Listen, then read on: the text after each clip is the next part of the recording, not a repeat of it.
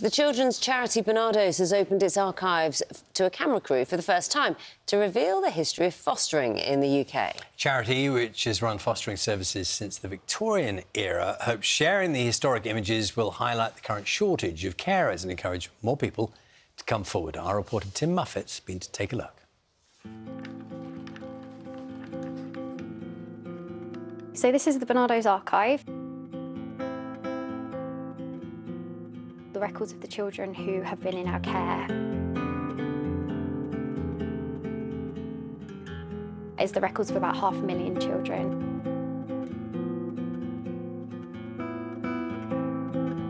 We really have a collection that shows really social welfare throughout the last 150 years.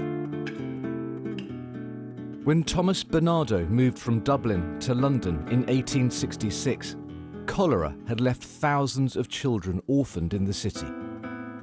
So impactful. We've been given rare access to the archives of the charity he set up, which still bears his name. Here we have the story of William Crook.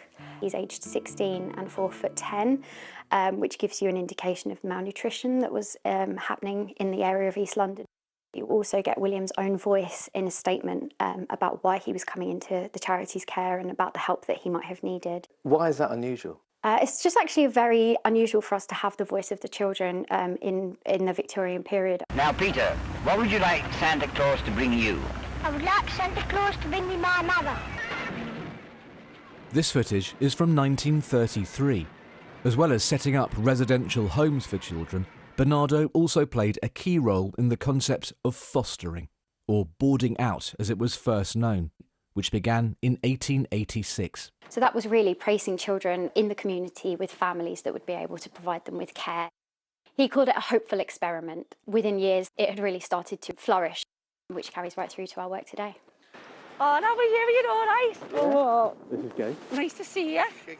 You okay? Owen is one of more than 40 children fostered by Charles and Diane Hubbard. There's a shortage of foster carers. So we looked into it, went through the process, went to all the meetings and everything, and we decided we could do it, didn't we? Yeah. She genuinely made it feel like I was part of her family. She wouldn't treat me any different than she would to her own son. So it was like, when you're in that environment, not only helps you as a person do everything, but it makes you feel so much more comfortable. And you don't realise you're in care. You don't realise you're with a foster family. It's 1 in a million, isn't it? It's amazing. Thanks. Thank you. Wow, that's amazing to hear. He's only saying all that because we still give him food parcels. Charles and Diane have recently been awarded an MBE for their services to fostering. Very proud. Because we've made a difference to children's lives, haven't we? Yeah. We've come to stay with us, yeah. And it's amazing. Charles, Diane and Owen have been invited to Barnados to see the charity's archives themselves. If you think about it, it's lovely, isn't it? You're remembering people from the past. Given that you've lived in foster care, do you feel some kind of connection? Yeah, it's nice. You know, being alone, it isn't.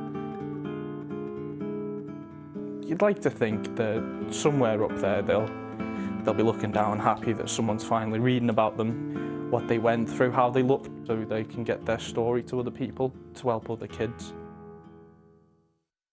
My parents didn't keep me, couldn't keep me, didn't want to keep me. Abandoned as a baby, Jean Jafali was just 1 month old when she was moved into a Barnados home. 2 years later, she was placed with a foster family who cared for her until she was 17. Just used to say I'm Anglo-Indian. Outside of the family unit, people used to say to me, you know, where do you come from?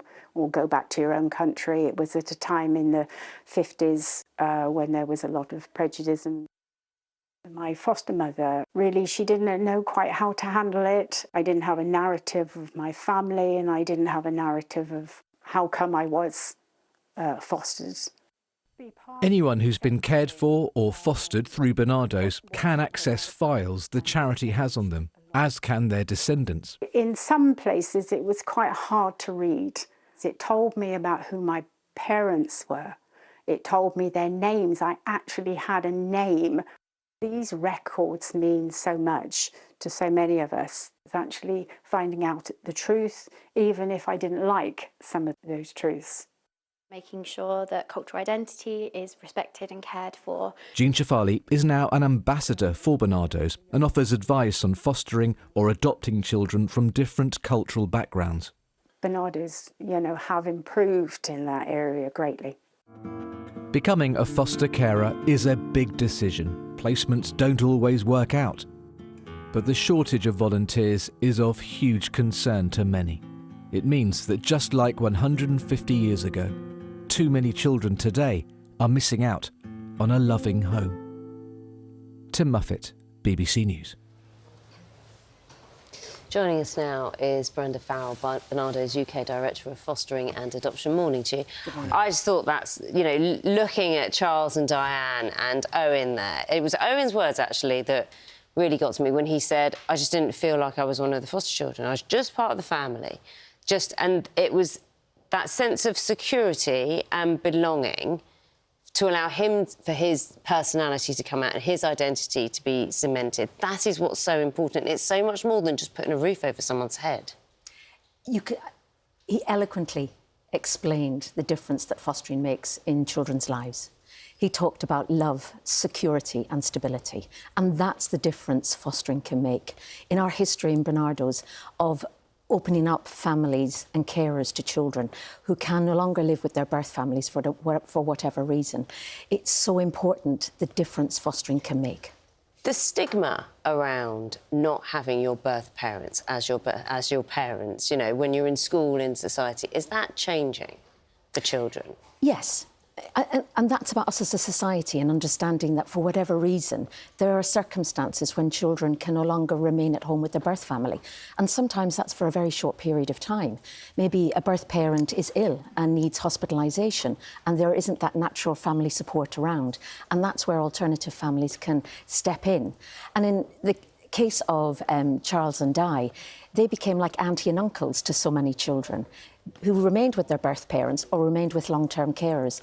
So the whole range of fostering that's available provides different support, different family and children's circumstances. Help us, Brenda, with some of the numbers here.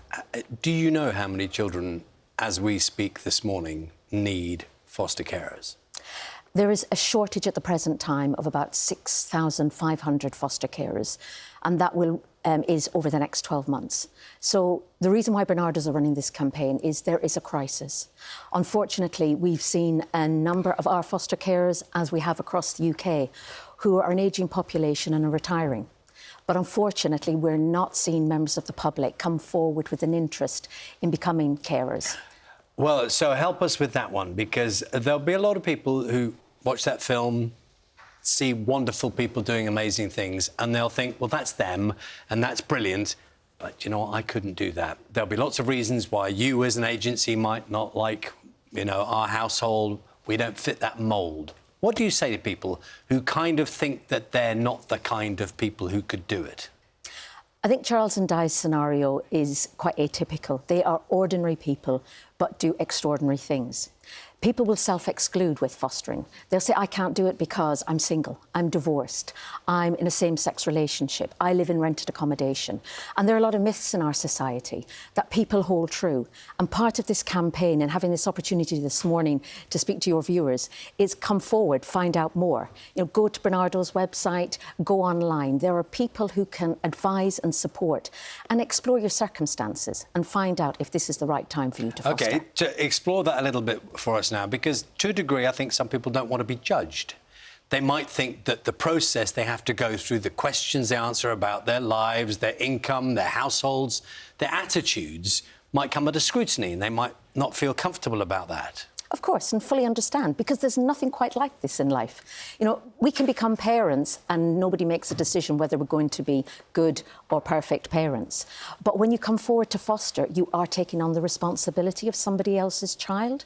So there is an assessment process, and it is thorough, and it must be, for assurance for ourselves as an organisation that we are safeguarding and protecting the children in the care of this alternative family. So yes, there are checks, but you go through this process with our team at Barnados, for example. We do this on a step-by-step basis. There are no surprises. So people, when they're interested, we explain the process to them so they can make that decision if it's the right time for them and they feel comfortable with that process. In terms of how long it actually takes to go through this process, I mean, I know people who have fostered and it takes a long time. Is that ever going to change? Is it ever going to be made easier when you say there are 6,500 foster carers that are needed? The teams that carry out what are known as the assessments of members of the public who want to be foster carers are highly trained, and the process is moved through as swiftly and quickly as possible. But it's the logistics of people's availability. Many people work full-time. So the ability to meet, talk, complete checks, that process must be thorough. Can you foster if you work full-time? Yes. It depends on the needs of the children to which you're going to be caring for. If we look back to Charles and Di's scenario, they worked, but at one stage Di became a full-time carer, but Charlie worked. But the children initially came to stay with them at weekends. So we have several sets of carers who care at weekends but may work full-time. If you had a direct plea to make to anyone watching this programme and just having a thought, maybe I could do that, what would you say? Please come forward and find out more. Go to Barnado's website, which is barnados.org.uk/fostering. We have a wealth of information. It's quite a big step, isn't it? Yeah, that first step, I guess, is the one. It's like one moment you're thinking this is what other people do, and the next moment you're putting your name forward. That's psychologically, it's a big step, isn't it? It is, but it's the ability to assure people to have that conversation where there are no strings attached. Come forward and explore, and we'll help advise if it's the right time for you to foster, and if it isn't, then that's fine. So interesting talking to you, Brenda Farrell, who's the UK Director of Fostering and Adoption at Barnados, and so interesting looking at that archive as well. I mean, these stories are from generations ago now, but the principles remain the same, don't they? Totally. Thank you. Thank you very so much. much. Thank you.